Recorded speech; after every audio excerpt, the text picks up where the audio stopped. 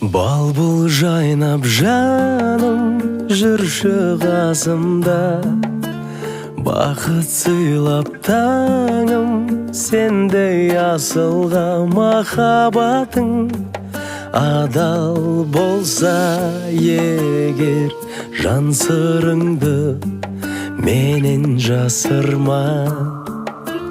Армандарға алыс бірге жетейік, жоққа сабыр барға шүкір етейік. Хақ жолымен жүрейік парыз еткен